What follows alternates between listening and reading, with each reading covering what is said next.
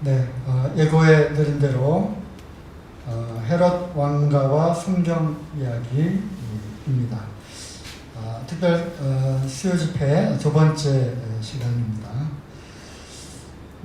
특별히 이 주제를 택한 이유는 예수님 태어날 그 당시에도 헤롯이 있었고요. 또 예수님을 신문할 때 그때도 헤롯이 있었고, 또 중간에 요한의 목을 친 또 헤롯이 있었고요. 그런가 하면 예수님 돌아가신 그 이후에도 사도행전의 역사를 볼 때 헤롯이 나오고, 헤롯이 야고보를 죽였잖아요. 그뿐만 아니라 저 뒤에 보면 사도행전 뒷부분에 또 바울을 신문할 때도 헤롯이 나옵니다. 그래서 이 수많은 헤롯들이 나오게 되는데, 이것을 한번 정리를 좀 해봐야 되겠다라고 하는 생각이 오래전부터 있었는데 기회를 이제 잡게 되었습니다. 공부를 하는 그러한 마음으로, 또 이렇게 특강 세미나를 듣는다는 그런 생각으로 이렇게 참여하시면 좋겠습니다.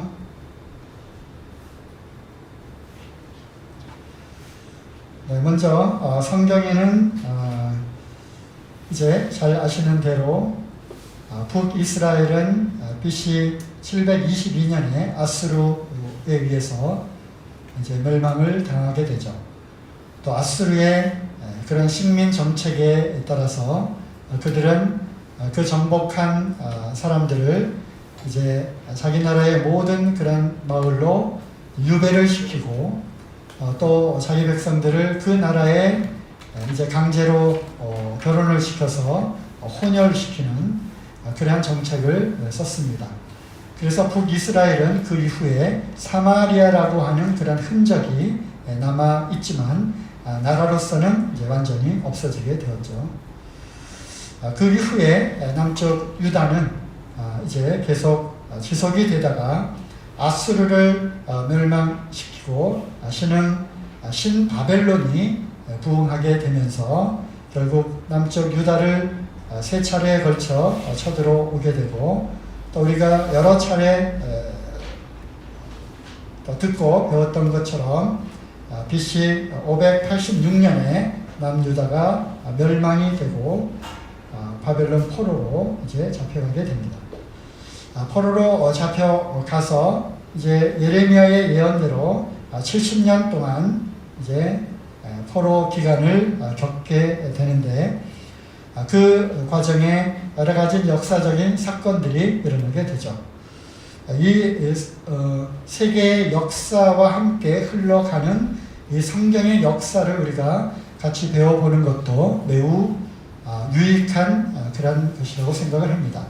보통 우리가 세계사는 학교에서 배우고 또 성경의 역사는 교회에서 배운다고 알고 있는데 전혀 그렇지 않습니다. 이 세계의 역사와 함께 성경의 역사도 함께 가고 있고요. 또한 역사를 주관하시는 그 하나님의 섭리도 이러한 인간의 역사와 함께 흘러가고 있는 것이죠. 예를 들면 애굽과 모세와 우리가 연결시켜서 생각해 볼 수가 있고요.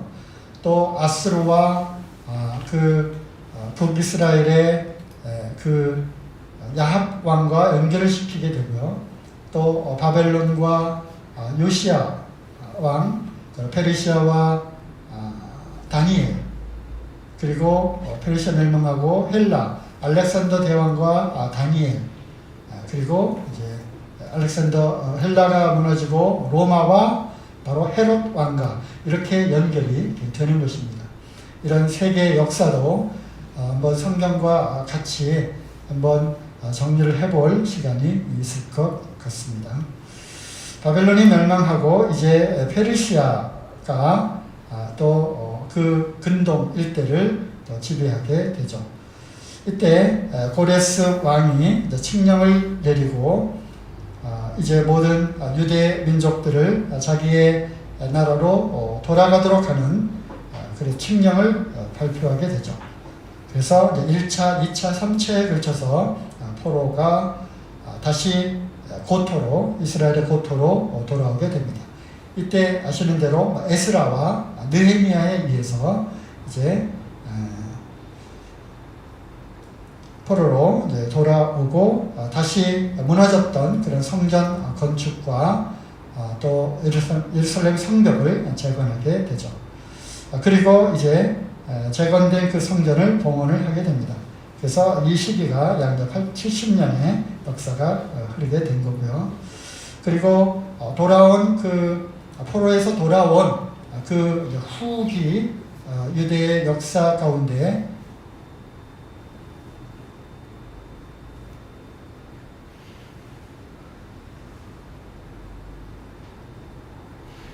잠깐만요. 이게 왜 안 나오죠?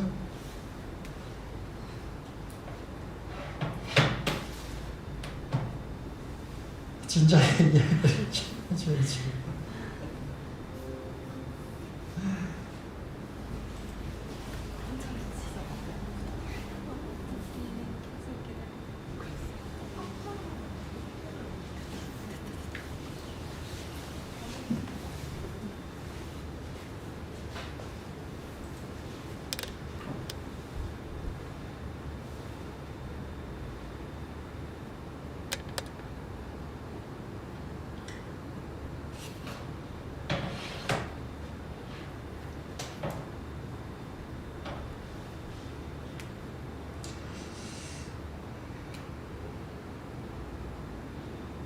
네, 계속하겠습니다.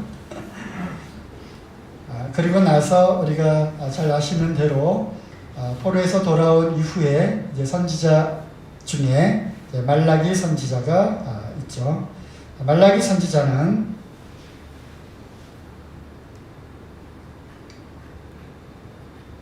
말라기 선지자가 활동했던 시대가 바로 BC 430년입니다. 그리고 나서 구약 성경이 끝나게 되죠. 말라기서 마지막 부분에는 이제 엘리야가 이제 올 것이다라고 하는 예언을 하게 되고, 그리고 그 이후에는 어떠한 선지자들이 이제 나타나지 않습니다. 그리고 신약으로 이어지게 되는데, 바로 광야에서 외치는 자의 소리가 있어서 세례 요한이, 침례 요한이 외치는 자의 소리로서 바로 말라기서에 예언된 그러한 엘리야의 역할로서 이제 장차 오실 그리스도를 예비하는 선지자로서 등장을 하게 되죠. 그래서 그 이후 말라기 선지자 이후 예수님이 이 땅에 오시는 그때까지 약 400여 년의 그러한 침묵기가 있게 되죠. 그래서 이 시기를 우리는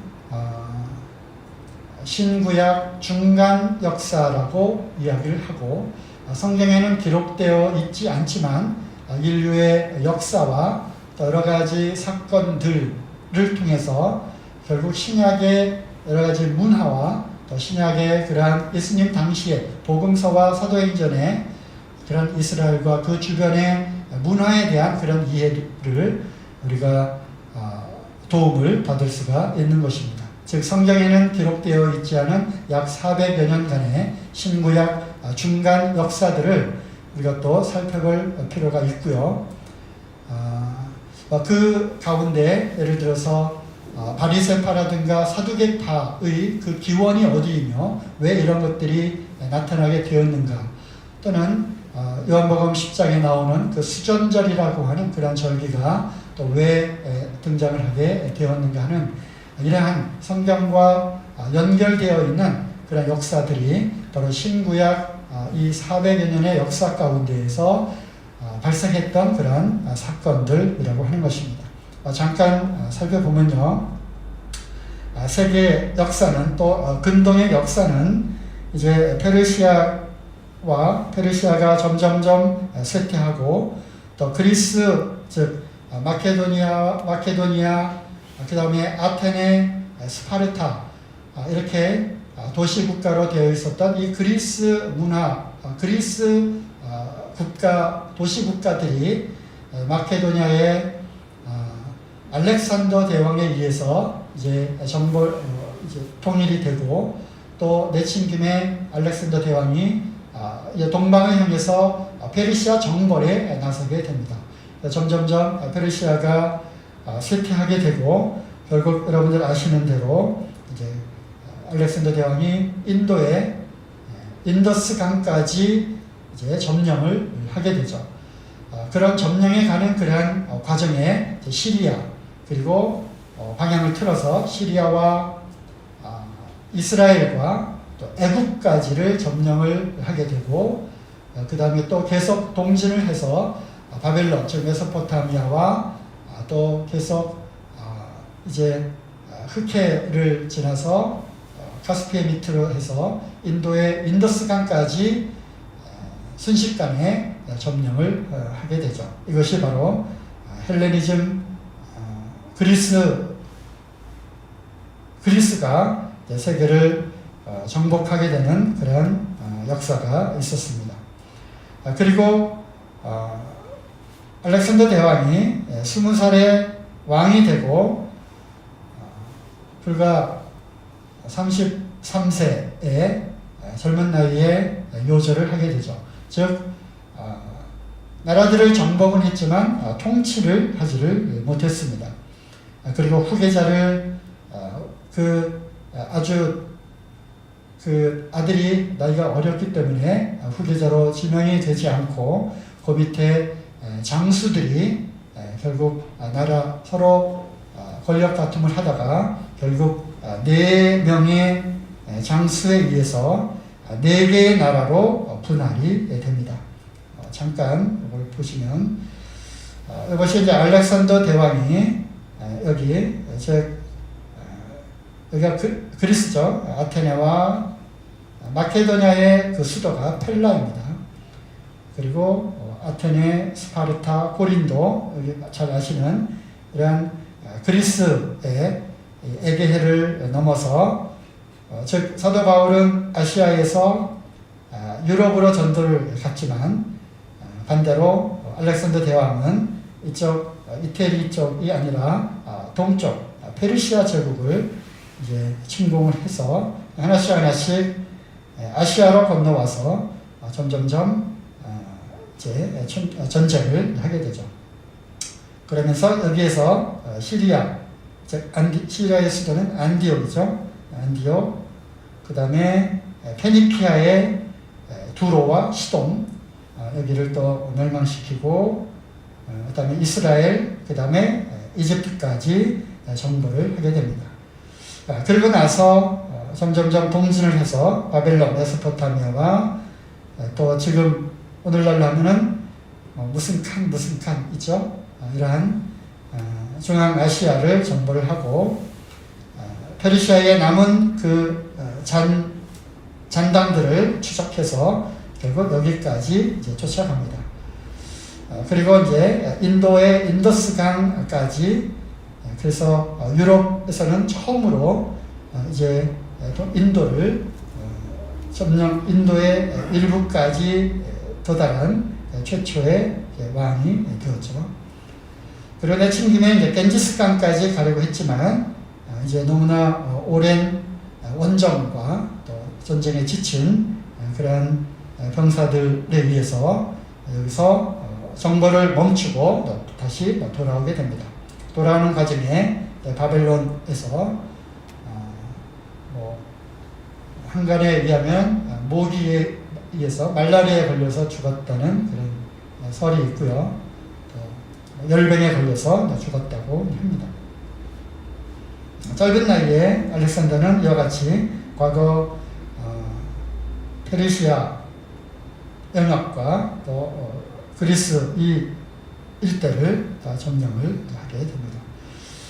그리고 나서 알렉산더 대왕이 죽고 나서 그 장수들에 의해서 분할이 되는데 안티고누스라고 하는 장군은 그 페르시아의 영토를 하나의 그 왕이 알렉산더처럼 다스리면 좋겠다라고 하는 그런 편이었고 나머지 장수들은 우리는 알렉산더와 다르다 해서 분할 통치를 또 주장을 했고 결국 7명의 장수가 서로 패권 전쟁을 하고 영토 전쟁을 하다가 결국 네 장수에 의해서 네 개의 영역으로 이제 나뉘어지게 됩니다. 먼저는 프톨레마이오스에 의해서 이집트가 이제 이집트를 이제 통치하게 되고, 그 전에부터 이집트는 이제 왕조들에 의해서 왕조들이 바뀌면서 이집트 역사가 되어 오다가 프톨레마이오스, 우리말로는 이제 프톨레미 왕조라고 부르죠. 프톨레미오스를 받아들이게 되면서 결국 프톨레미오스 왕조가 이집트 왕조를 이어서 이제 통치를 하게 됩니다.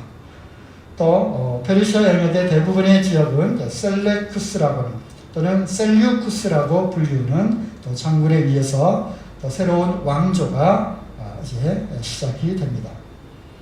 그리고 여기 원래 마게도니아 요 일단은 카산드로스 장군에 의해서 통치가 되고, 또 소아시아 일부와 트라케 지역은 리시마코스라고 하는 장군에 의해서 이제 또 새로운 왕조가 이제 탄생을 하게 됩니다.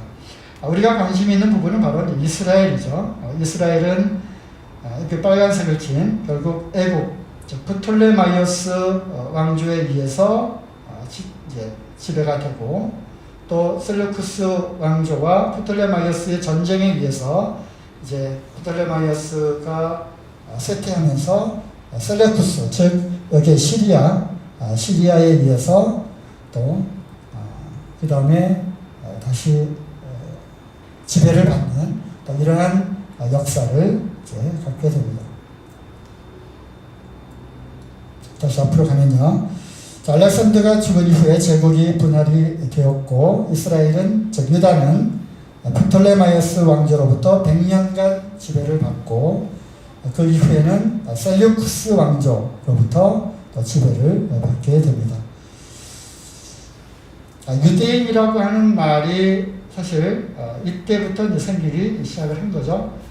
왜냐하면 북이스라엘은 이제 없어진 거고, 남유다의 역사가 결국 이스라엘의 역사가 되었고, 그 이후에도 남쪽 유다 땅뿐만 아니라 또 이따가 보시면 알겠지만 그 옛날 솔로몬의 통치했던 다윗의 통일 왕국을 다시 회복하는 그러한 일이 있었는데, 그때도 역시 유대 땅이라고 이렇게 불려지게 되었고, 이때부터 우리는 이제 유대인이라고 하는 것은 결국 이스라엘 전체를 통칭하는 그런 단어로 사용을 하고 있습니다. 이때 셀류쿠스 왕조의 안티오쿠스 4세가 일명 안티오쿠스 에피파네스라고 하는, 얘네들은 이제 몇 세 이후에 어떤 닉네임을 이렇게 따라서 이렇게 붙이는 또 그러한 문화가 있었습니다. 그래서 안티오쿠스 에피파네스가 애굽을 정벌하러 가다가 이제 거기서 중도에 멈추게 되고, 그 화풀이로 이스라엘을 이제 초토화시키는데, 사실 안티오쿠스 에피파네스는 그 엄청난 옛날에 그 페르시아 그 제국을 통치를 했기 때문에 여러 그 수많은 그 민족들이 있었고, 또 수많은 그런 종교들이 있었기 때문에 이러한 것들을 통치하는데 굉장히 골치가 아팠었습니다. 그래서 하나의 종교, 하나의 문화로 이렇게 하고자 하는 그런 정책을 폈었고, 거기에 유독 아주 독특한 종교와 문화를 갖고 있는 이 유대인들의 이러한 종교와 문화를 말살하고자 하는, 그래서 헬레니즘 문화로 헬레니즘의 그러한 풍습으로 바꾸고자 하는 그러한 생각이 있었어요. 그런데 유대인들은 유일신을 섬겼죠. 그죠? 그것뿐만 아니라 돼지고기도 안 먹고, 또 낙지볶음도 안 먹고, 안 먹잖아요. 그죠? 안식일을 지키고 할례를 행하고 이런 독특한 문화를 갖고 있었기 때문에 바로 이 안티오쿠스 에피파네스, 이것이 이제 적그리스도의 장차 나타날 적그리스도의 전형적인 모형인데요. 안식일을 지키면 죽이는, 그래서 안식일 날 무려 3,000명이나 되는 유대인들을 다 학살을 했어요. 그리고 할례를 금지했습니다. 이것 한 가지만 갖고서도 유대인들은 말도 안 되는 그러한 조치잖아요. 그런데 거기에다가 더 추가해서 성전에다가 돼지를 바치고 돼지 피를 성전에다가 다 뿌렸습니다. 이스라엘이 유대인들이 제일 싫어하는 제일 가증스럽게 여기는 짐승이 바로 돼지였죠. 그것을 알고 성전에다가 돼지 피를 뿌렸던 그러한 적그리스도의 전형적인 모습을 보여주게 되죠. 그래서 이제 점잖게 통치를 받았던 온 이스라엘, 온 유대인들이 들고 일어나게 됩니다. 즉 민족적인 대붕기가 일어나게 되죠. 이것이 소위 마카비 혁명이라고 하는 유대인의 독립운동이 본격적으로 일어나게 됩니다. 대제사장이었던 마따디아라고 하는 대제사장이 있었는데 바로 이 시리아에서 안티오쿠스 에피파네스로부터 이제 사신이 옵니다. 그리고 이제 성전에서 섬기는 것을 중단하라, 돼지를 잡아라 그랬는데 마따디아 대제사장이 화를 내고 오히려 그 사신을 죽여 돌려보냅니다. 그리고 나서 그 마따디아 대제사장의 아들들이 이제 5명이 있었는데 바로 이 아들들이 같이 이제 혁명 운동을 하게, 독립운동을 하게 되죠. 그리고 나서 마따디아가 죽고 셋째 아들인 유다가 이제 또 그 혁명을 이끌게 되는데 그 유다의 별명이 히브리어로 마카비라고 하는, 망치라고 하는 그러한 닉네임을 이렇게 가졌답니다. 그래서 그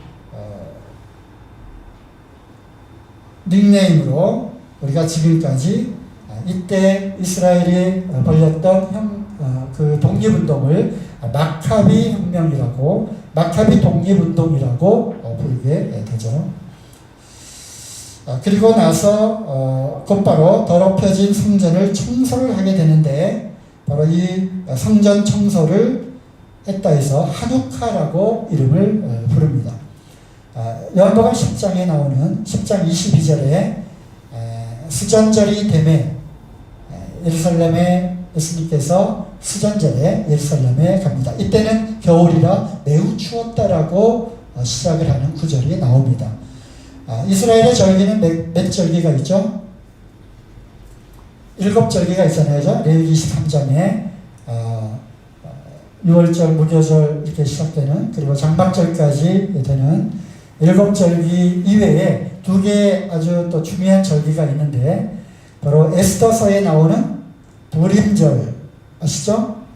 하만의 관계로 온 유다인들이 다 멸절당할 뻔했지만 모르드게와 에스더의 죽음은 죽으리라를 통해서 오히려 그 목매다 달려고 했던 그 하만이 오히려 거기서 이제 죽게 되는, 그래서 그날을 기념하기 위해서 그 제비를 뽑다, 부르라고 하는 그 부르가 부림절로 바뀌어서 지금까지도 이스라엘은 부림절을 이제 축제로 해서 유대인이 멸절당했다가 다시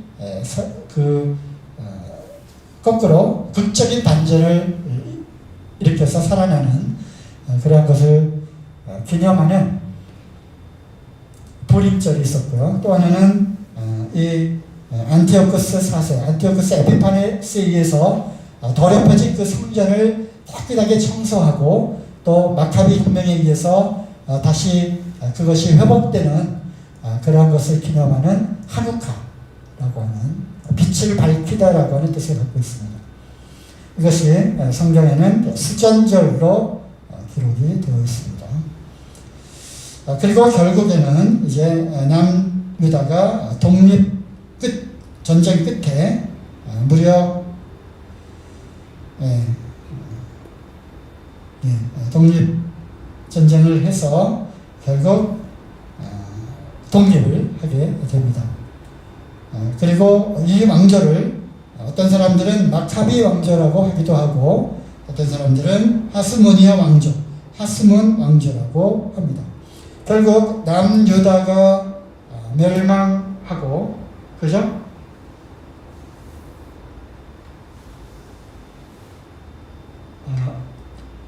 공부하니까 재미가 없으신 모양인데 남유다가 멸망을 하고 나라를 다 뺏겼잖아요.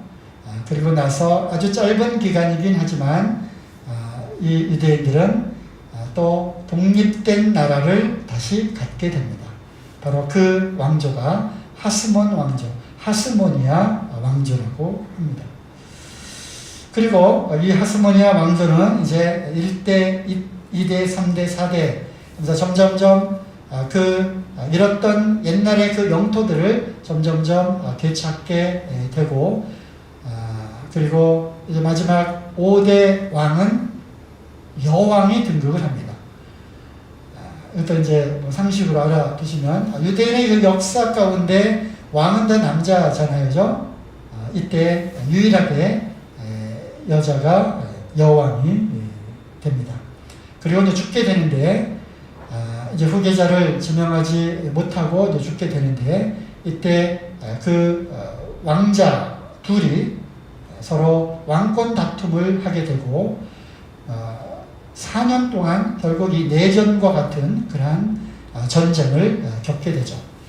이 하스모니아 왕조, 마카비 혁명 시대 때, 즉 하누카, 더럽혀진 그 성전을 다시 청소하고 또 유대인 그 독립운동을 하는 그러한 과정에 이제 유대인 경건주의자들이 등장을 하게 됩니다.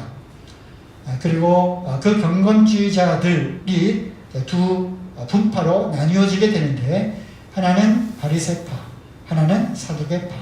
그리고 바로 이때 비로소 바리새파와 사두개파가 등장을 하게 되죠.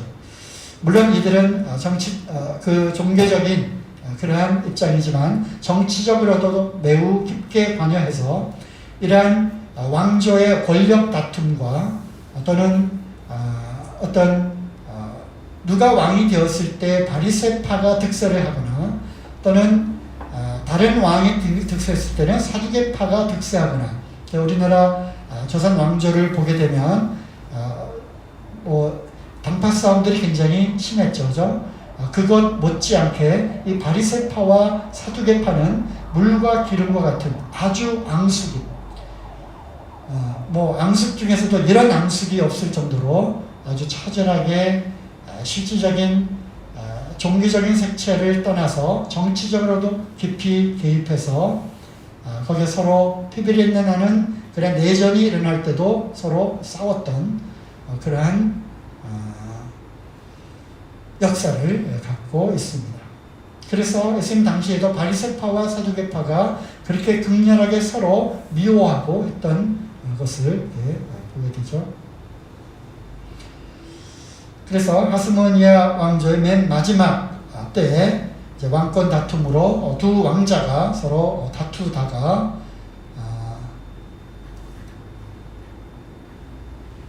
이것을 그리고 이제 이 근동의 역사는 이제 헬라 즉 그리스 문명이 이제 점점점 쇠퇴하고 네 개 왕조로 네 개 나라로 분할되었던 이런 것들이 점점점 쇠퇴가 되면서 이제 로마가 일어나게 됩니다. 그리고 로마의 세력이 점점점 로마는 사실 맨 처음에 로물루스 호무루스라고 하는 그러한 자들에 의해서 로마의 역사가 시작이 되죠. 어떤 조그만 그런 지역에서부터 시작이 되었는데 점점점 이탈리아 그 반도를 하나씩 통일하고 점령을 하면서 그리고 시칠리아 섬을 정복하고 그 다음에 그리스의 힘이 약해진 그런 틈을 타서 점점점 이제 지중해로 진입을 하게 되고 또 지중해 여러 그 해안 국가들을 하나씩 정보를 하게 되죠. 이때 유명한 폼페이우스 장군이 동방 정벌을 나서게 됩니다. 그러면서 이제 에게해를 넘어 서아시아로 진출하고 또 페르시아와의 그러한 전쟁을 계속해 나가면서 다시 시리아와 이스라엘로 들어오게 되는데 바로 이 시리아에서 이런 소식을 듣게 되는 것이죠. 그리고 이스라엘의 유대인들이 서로 내전이 일어나고 아주 혼란하게 되었다. 그리고 이 틈을 타서 바로 이두메라고 하는 에돔의 에돔 지역을 다스리고 있었던 안티파터라고 하는, 여기 나옵니다. 안티파터가 이제 이 두 왕자의 난 속에 서로 이간질을 하면서 또 안티파터는 로마와 아주 친한 그러한 관계가 있었고, 그래서 시리아까지 진출해왔던 폼페이오스, 즉 로마 군대를 이제 이끌어다가 이 왕자의 난을 진압하고 결국 헤롯 안티파터가 그 유대 지역을 다스리는 그러한 행정관으로 이제 등장을 하게 됩니다. 그리고 계속 친로마 정책을 쓰게 되죠.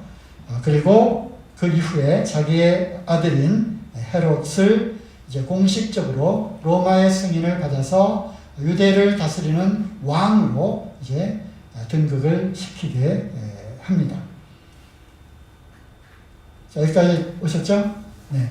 그래서 이제 유대인의 이러한 하스모니아 왕가는 이제 짧은 독립된 유대 왕국이 무너지고 이두메 사람, 이두메는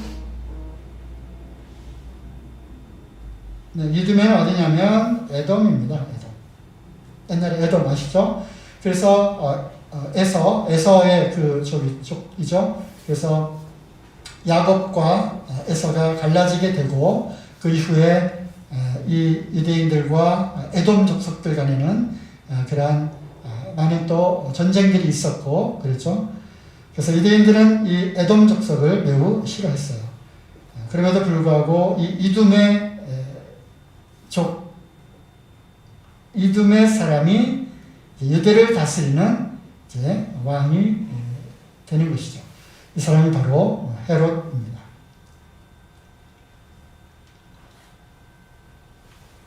그리고 헤롯에 이어서 헤롯의 아들들이 이렇게 있었고요. 그 다음에 헤롯의 이제 손자죠. 손자. 그 다음에 증손자까지 결국 이 헤롯 가문에 의해서 유대인 그 지역이 지배를 받게 됩니다. 그래서 이 역사와 함께 이제는 하나씩 더 성경 말씀들을 찾아보면서 어떤 헤롯이 그 헤롯이냐로 들어가 보도록 하겠습니다. 이 헤롯은 자기가 에돔 족속임에도 불구하고 유대인들을 다스리게 되었기 때문에 유대 민족들을 다스리기 위해서는 그들의 환심을 이제 살 수밖에 없죠. 그래서 유대인의 환심을 사기 위해 이제 친유대인 정책을 펼치게 됩니다. 즉 성전을 재건하게 되죠. 그리고 아주 호화로운 그러한 성전을 이제 짓게 됩니다. 이것을 우리는 제2성전이라고 하고 바로 예수님 당시에 제자들이 그 성전이 얼마나 화려하고 웅장했던지 예수님에게 자랑하고 보여주었던 바로 그 성전이 헤롯 성전이자 제2성전인 것입니다. 제1성전은 솔로몬 성전이죠. 그래서 솔로몬 성전이 바벨론에 의해서 이제 많이 파괴가 되고 포로에서 돌아와 가지고 스룹바벨에 의해서 성전이 재건이 되었지만 솔로몬 성전에 비하면 아주 초라했고 아주 볼품이 없었어요. 그래서 학개서에 보면 옛날 솔로몬 성전을 보고 기억했던 장로들은 이 초라하게 다시 재건된 스룹바벨 성전을 보고 아주 심히 통곡을 했다라고 하는 그러한 구절이 또 나오게 되죠. 어쨌든 솔로몬 성전이 무너지고 다시 재건이 되었지만 여전히 그것은 그 흔적을 갖고 있었기 때문에 이것이 제1성전이고요. 바로 헤롯에 의해서 지어진 성전을 우리는 제2성전이라고 합니다. 이것이 이제 유대인의 AD 70년 이제 예수님의 그 예언대로 돌 하나도 돌 위에 남기지 않고 무너뜨리우리라라고 하는 예수님 예언처럼 로마의 그 디도 장군에 의해서 침략을 받아 이스라엘이 완전히 이제 멸망을 당할 때 제2성전, 이 헤롯 성전이 무너지게 되고 성전 벽 한쪽만 남게 되죠. 지금 남아있는 그 벽입니다. 그리고 마지막 때에 제3성전이 세워지게 되고 그때 적그리스도가 마치 아까 안티오쿠스 에피파네스의 모형처럼 적그리스도가 이제 제3성전에 앉아 자기를 하나님이라 칭하고 이제 그 제사를 폐하고 하는 그러한 일이 일어나게 되는 그것이 바로 앞으로 지어질 제3성전이고요. 그때가 이제 환란기로 들어가게 되는 거죠.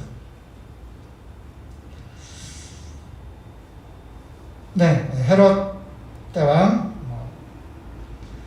성경에는 마태복음 2장 1절에서 19절인데요. 빨리 한번 찾아보도록 하겠습니다. 마태복음 2장 1절 헤롯 왕 때에 이렇게 시작이 되죠. 바로 이 헤롯 왕 때에 이 헤롯이 헤롯 대왕입니다. 우리나라에도 조선시대에 많은 그 왕들이 있었잖아요. 대종태세, 문단세 좀 가잖아요. 그런데 아주 위대한 업적을 남긴 왕을 우리는 뭐라고 그러죠? 대왕이라고 하죠. 어떤 대왕이 있었어요? 네, 세종대왕이 있었고 영조대왕이 있었고 그렇잖아요. 그것처럼 이 헤롯은 다른 그런 헤롯 왕들 중에서도 아주 많은 그런 업적을 남겼습니다. 이런 것들을 다 설명드릴 수는 없고요. 성경에 나와 있는 이 헤롯은 예수님 태어났을 때의 그런 왕이고요. 3절에도 나오죠. 헤롯 왕과 온 예루살렘이 듣고 소동한지라. 7절 이에 헤롯이 가만히 동방의 박사들을 부르는 장면이 나오고 12절에 꿈에 헤롯에게로 돌아가지 말라 하고 동방의 박사들은 다른 길로 가죠. 나중에 그 이야기를 듣고 16절 이에 헤롯이 박사들에게 속은 줄을 알고 심히 노하여 그리고 나서 헤롯은 이제 죽게 됩니다. 그래서 BC 4년에 죽게 되는데 그 예수님 탄생이 그러면 BC 4년 그 전이냐? 그렇습니다. 그러면 예수님 탄생을 기점으로 해서 AD로 시작이 되는데 예수님이 BC 그럼 4년, 5년에 태어났느냐? 그렇습니다.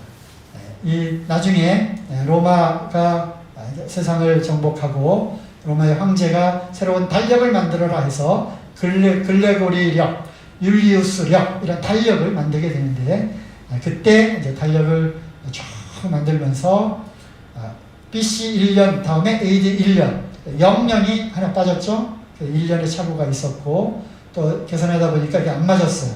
그래서 거슬러서 다시 쭉 추적해 보니까 예수님 탄생한 것은 BC 4년 또는 BC 5년이 역사 세계사에는 예수님 탄생한 실질적인 연도가 되는 거죠. 어쨌든 헤롯 대왕이 이제 죽었습니다. 그리고 나서 세 명의 왕, 둘은 형제고 여기는 이복 형제죠. 그래서 헤롯 아켈라오, 헤롯 안티파스, 성경에는 안디바라고 나오죠.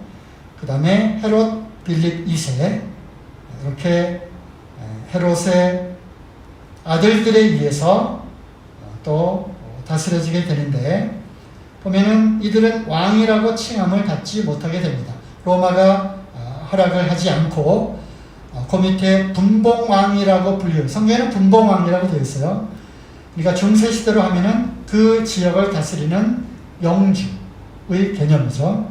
그래서 헤롯 대왕이 죽은 이후에 세 아들들에게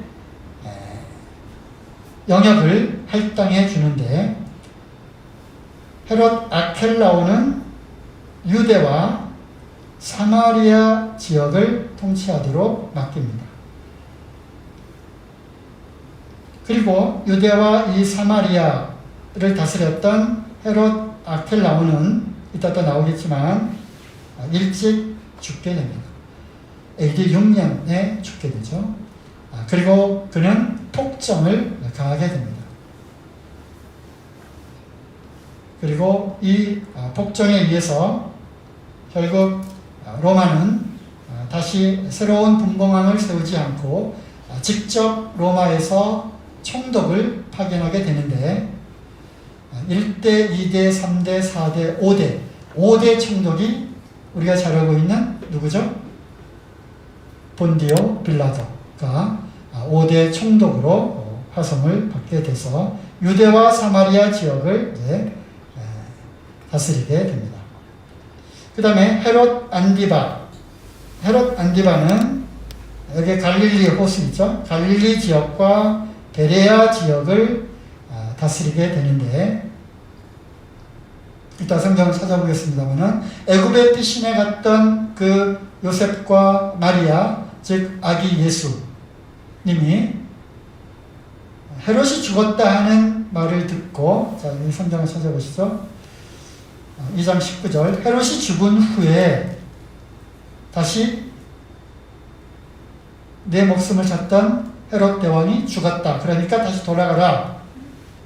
22절 그러나 아켈라오가 그 부친 헤롯을 이어 유대 임금이 됨을 듣고 거기로 가기를 무서워하더니 꿈에 지시하심을 받아 갈릴리 지방으로 떠나가 나사렛이란 동네에 와서 사니 이는 선지자로 하신 말씀에 나사렛 사람이라 칭하리라 하심을 이루려 함이니라. 아시겠죠? 헤롯 대왕이 죽고 다시 유대로 돌아가려고 했지만 아켈라오가 폭정을 했죠. 그죠? 그리고 그래서 하나님께서 유대로 돌아가지 말고 어디로 가라? 바로 헤롯 안디바가 통치하고 있는 갈릴리 지방으로 가라라고 이제 꿈에 명령을 하게 됩니다. 그리고 이것은 바로 성경 말씀에 이루기 위한 또 하나님의 섭리였다고 봅니다. 즉 헤롯 아켈라오의 영역이 아니라 헤롯 안디바의 영역으로 안전하게 피신을 시키게 되죠. 그리고 또 아들 헤롯 빌립은 이둘의 드라고닛 이 지역을 다스리게 되는데 여기는 가이사라 빌립보가 나오죠.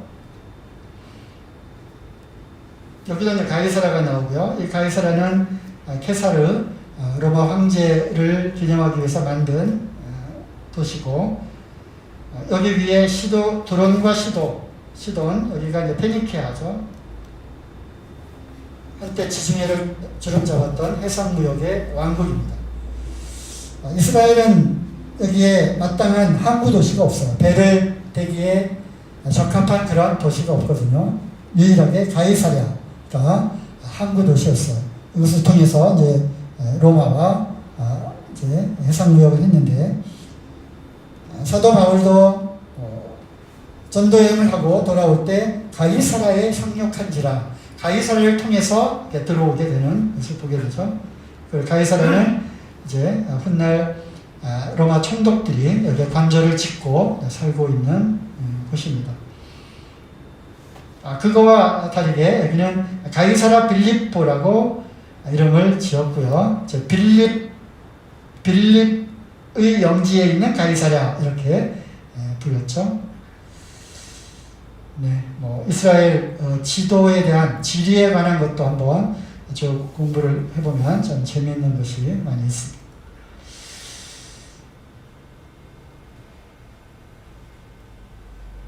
네, 이제 헤롯이 죽고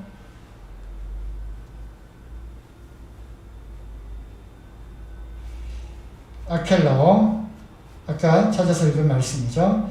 폭정을 하게 되고 그래서 파면되고 로마가 총독을 파견하게 되는데 바로 이제 여기 나와 있나요? 네, 여기 있죠. 로마에서 이제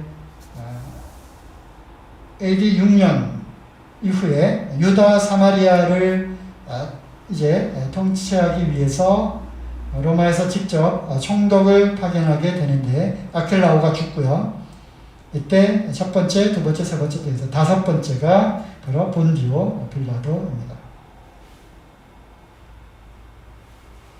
그리고 이제 세 번째 헤롯 안디바, 이거 성경에 가장 많이 나오는 그런 헤롯이 바로 헤롯 안디바이고, 헤롯 대왕의 아들이자 갈릴리와 베레아를 다스렸던 그런 분봉왕이죠.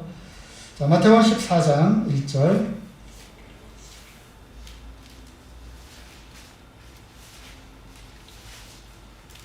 그때 분봉왕 헤롯이 예수의 소문을 듣고, 그죠? 여기에 나오는 분봉왕 헤롯이 바로 헤롯 안디바이고요. 갈릴리와 베레아를 다스렸던 그런 왕입니다. 다른 지역이 아니라 유대와 예루살렘, 베들레헴 이쪽 지역이 아니라 갈릴리 지역을 다스렸던 분봉왕 헤롯이 바로 안디바고요. 마가복음 6장 14절, 마태복음에도 나옵니다만 6장 14절에 이에 예수의 이름이 드러난지라 헤롯 왕이 듣고 가로되, 이 헤롯이 바로 안디바고요. 이는 세례 요한이 죽은 자 가운데서 살아났도다. 그러므로 이런 능력이 그 속에서 운동하느니라 하고,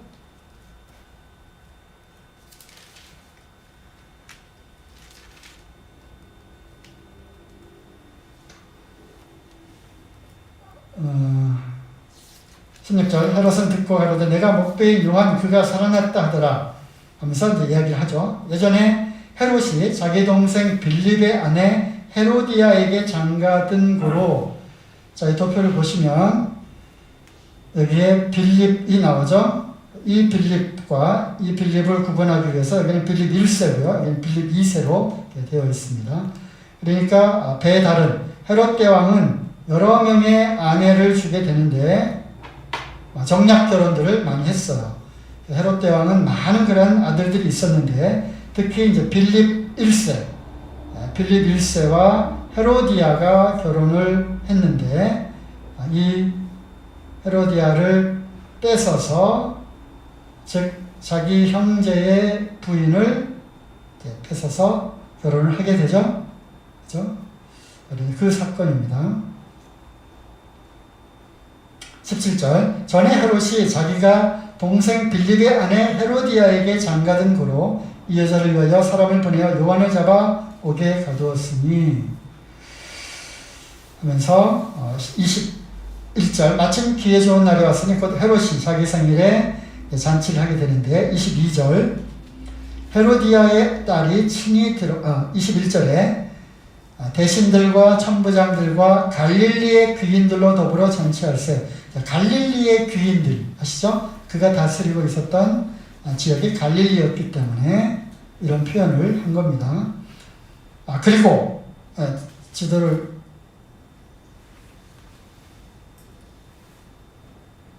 보시면 갈릴리를 다스렸던 헤롯 안티파와 그리고 이 유대 사마리아를 통치했던 로마의 총독 본디오 빌라도하고는 사이가 좋았겠어요? 나빴겠어요? 사이가 나빴겠죠. 그죠? 헤롯과 빌라도가 원수였지만 그 날에는, 예수님을 죽이는 그 날에는 서로 의기투합해서 한 마음이 된지라 표현이 나오죠. 그죠? 자, 성경 말씀은 이제 계속 읽으시고요. 그 둘 사이에서 낳은 딸이 살로메입니다.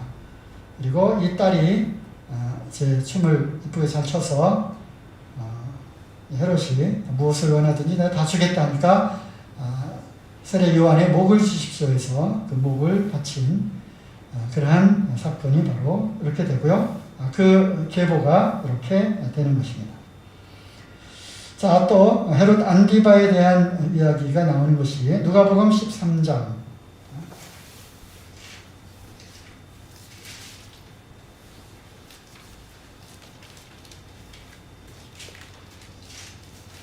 누가복음 13장 31절. 곧 그때 어떤 바리새인들이 나와서 이르되 나가서 여기를 떠나소서. 헤롯이 당신을 죽이고자 하나이다. 가라사대 가서 저 여우에게 이르되 오늘과 내일 내가 귀신을 쫓아내며 병을 낫게 하다가 제3일에는 완전해지리라 하라. 그래서 헤롯이 이제 예수님을 잡아서 죽이려고 하는데 그를 뭐라고 표현합니까? 여우라고 표현합니다. 아주 간교한 그러한 성향을 보였던 자가 바로 헤롯 안디바입니다. 또 마가복음 8장 14절 15절 찾지는 않겠습니다만 바리새인의 누룩과 헤롯의 누룩을 주의하라 이런 표현이 있습니다. 그죠? 그래서 바리새인은 종교적인 그런 것이고요. 헤롯은 정치적인 그런 교활함 이런 것들을 주의하라고 이렇게 했습니다. 교회의 어떤 율법적인 그러한 것들과 또 외부의 어떤 인본주의적인 정치적인 그러한 간사한 사람의 관계 이런 것들이 바로 교회에 들어오는 누룩이 될 수 있다고 하는 것을 경고한 것이죠. 그 다음에 네 번째 헤롯은 바로 빌립 2세입니다. 누가복음 3장 1절에 단 한 번 나옵니다. 그런데 의미가 있는 것은 누가복음 3장 1절을 읽을 때 이런 것들을 우리가 하나씩 이해할 수 있다고 하는 것이죠. 자,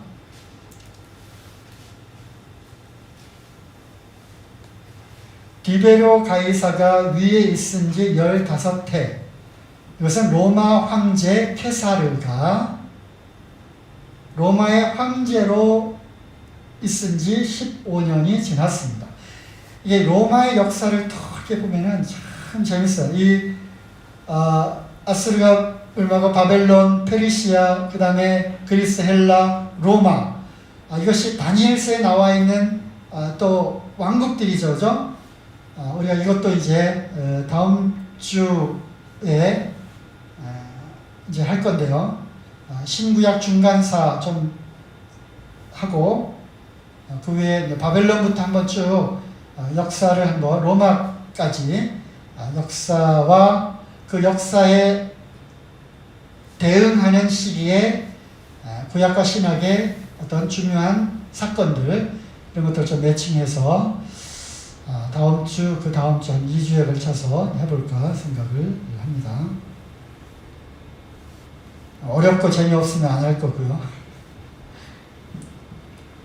네, 읽겠습니다. 디베료 가이사가 위에 있은 지 15해 곧 본디오 빌라도가 유대의 총독으로 유대 사마리아 이두메의 총독이죠.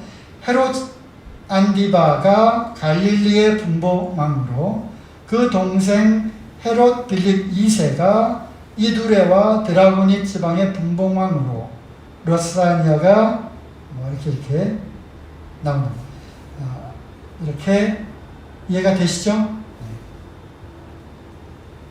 그리고 헤롯의 딸에게도 일부 약간의 영토를 줍니다. 그리고 그 딸의 남편의 이름이 또 여기에 나와 있는 것이죠. 자, 다음에 이제 다섯 번째는 이제 헤롯 아그리파 1세죠. 자, 이거는 이제 이쪽 계보를 조금 넘어갑니다. 헤롯 대왕이 많은 여자들과 결혼을 했는데 특별히 눈에 띄는 여인이 마리암네 1세와 마리암네 2세입니다. 이 마리암네라고 하는 이름은 바로 유대의 왕조, 무슨 왕조라고 했죠? 하스몬 왕조라고 했죠. 그래서 자기는 에돔족으로서 유대인들을 다스려야 하기 때문에 정략적으로 하스몬 왕조, 즉 유대의 혈통인 그 공주를 아내들로 맞이하게 되고 미리암네 1세로부터 낳은 아들과 그 손주 중에 헤롯 아그리파 1세를 또 이제 1세가 왕이 되는데요. 이는 아까 말씀드린 헤로디아와 서로 남매간입니다. 이 헤롯 아그리파 1세는 처세술이 아주 능수능란해서 계속 이 헤롯 가문들은 로마의 그러한 든든한 백을 갖고 있었어요. 그래서 이 가문이 유대를 다스리는 왕이 이제 된 것인데, 그중 헤롯 아그리파 1세가 일찍이 로마에 가서 거기서 아주 기가 막힌 인연으로 인해서 장차 로마의 황제가 될, 그것도 무려 2명의 그 황제가 될 사람들과 친분을 맺게 됩니다. 특별히 3대 황제, 저 이름은 네, 갑자기 생각 안 나니까 다음 주에 한번 시간이 되면 말씀드리겠습니다만, 글라리우스. 어쨌든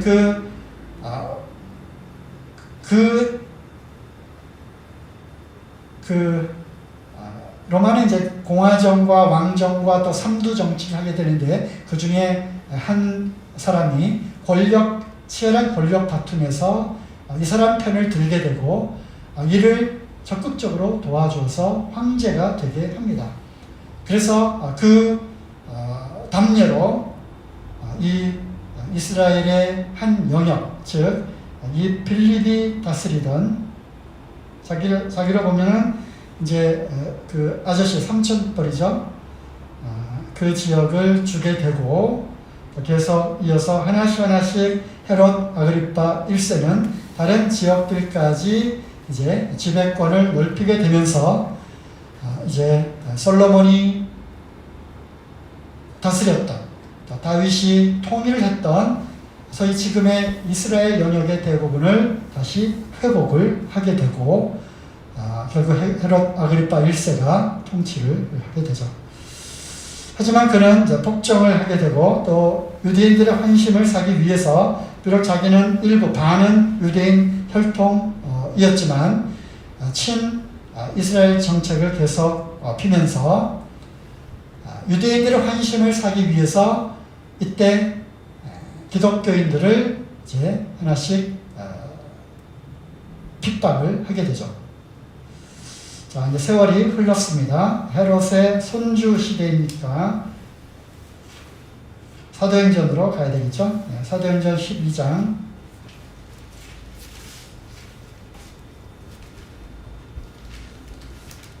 1절. 그때 헤롯 왕이 손을 들어 교회 중 몇 사람을 헤아려 하여 요한의 형제 야고보를 칼로 죽이니, 이 헤롯 왕이 바로 아그리파 1세입니다. 헤롯 아그리파 1세. 왜냐하면 유대인들이 이 일을 기뻐하는 것을 보고 유대인들의 관심을 사려고 했던 것입니다. 그리고 그들이 좋아하는 것을 보자 두 번째로 베드로까지 죽이려고 이제 잡아다가 감옥에 넣게 되죠. 하나님께서 베드로를 옥문에서 빠져나오게 하고 한 사건이 있습니다. 그리고 쭉 읽다 보면 헤롯 아그리파 1세에 대한 이야기 중에 20절, 헤롯이 드로와 시돈 사람들을 대단히 노여워하나, 그래서 그 드로와 시돈은 페니키아죠. 페니키아와의 그런 잦은 분쟁이 있었어요. 하지만 저희 지방이 왕국에서 나는 양식을 쓰는 거로 일심으로 그에게 나와 왕의 침소 맡은 신하 블라스도를 친하여 화목하기를 청한지라. 그래서 페니키아와 분쟁이 있었는데, 페니키아 사람들이 유대의 그러한 식량을 원조를 많이 받았어요. 그래서 그 신하를 보냅니다. 그 신하의 이름이 블라스도라고 하는 신하를 보내게 되는데, 그래서 이제 화친을 하게 되죠. 그리고 그 화친을 하고 연회를 베풀어요.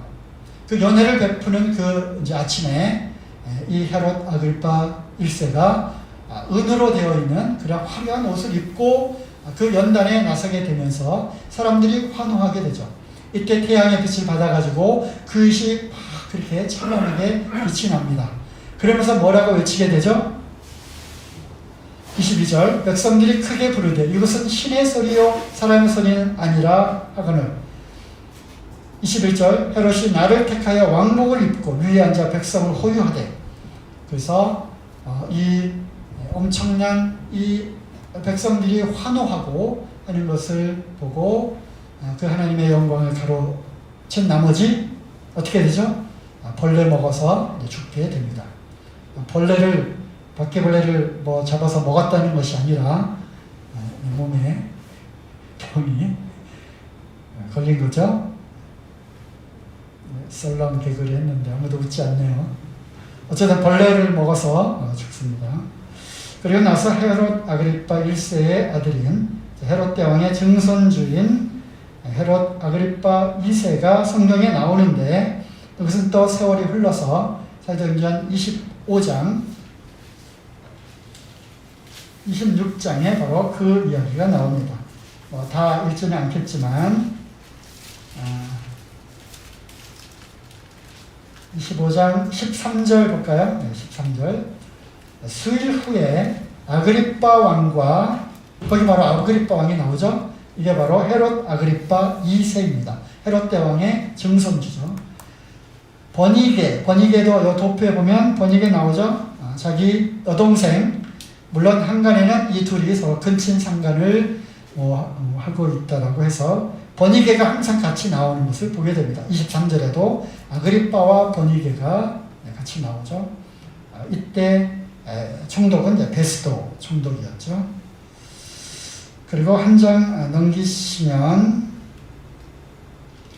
사도행전 24장 24절. 수일 후에 벨릭스가 그 아내 유대 여자 드루실라와 함께 와서 바울을 불러 그리스도에서 믿는 도를 듣거늘. 이 전 총독이 이제 벨릭스였죠. 드루실라, 여기 도표에 어디 나오나요? 여기 나오죠. 드루실라는 베스도는 유대 총독으로 와서 또 유대 혈통의 여자, 왕족이죠. 드루실라를 또 세 번째 아내로 맞이하게 됩니다.